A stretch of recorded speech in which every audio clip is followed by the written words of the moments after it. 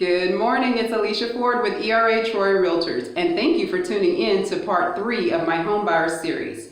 Okay, our topic for today is how to present a strong offer to the seller.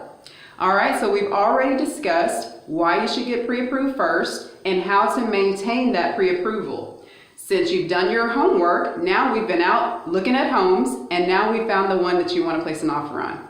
All right, so let's talk about some things that can make or break your offer.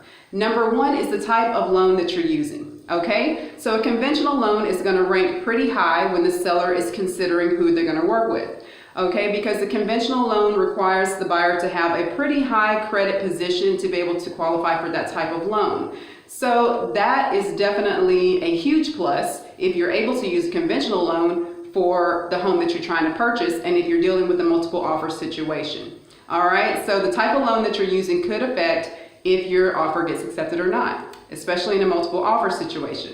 All right, so number 2, of course, is your offer price. All right, so there's a lot of things to be considered when you are deciding on your offer price. Of course, we need to look at how long the property's been on the market, and we need to look at what the other homes are selling for in that area. So the realtor that you're working with, hopefully that's going to be me, all right? We're going to pull some comps for you and make sure that you're not overpaying for the property. And of course, the property does need to appraise for the price that we are going to be offering. So that's another issue that you need a good realtor to help you guide you, so that you're not offering too much where we're going to end up running into an appraisal issue down the line.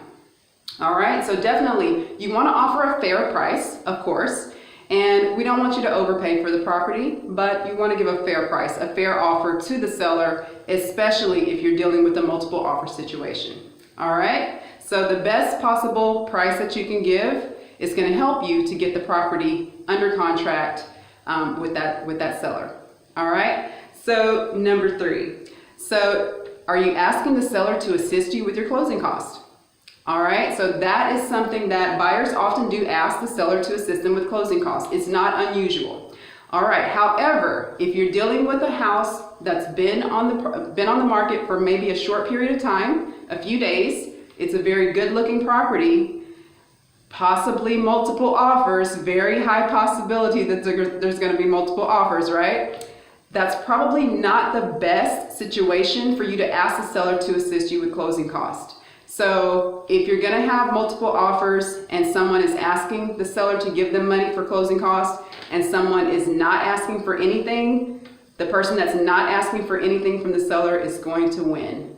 Okay, so that's just something you need to consider, especially if you're dealing with a multiple offer situation. And that's usually something that we can find out when we're about to submit an offer. Okay, so that's something we want to look at too. All right. All right, so another topic we can discuss is your option period.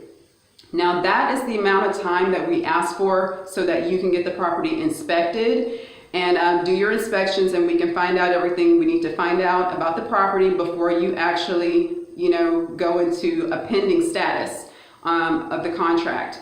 So that time is usually 7 to 10 business days. You're usually going to pay the seller about $100 for that time, $10 a day.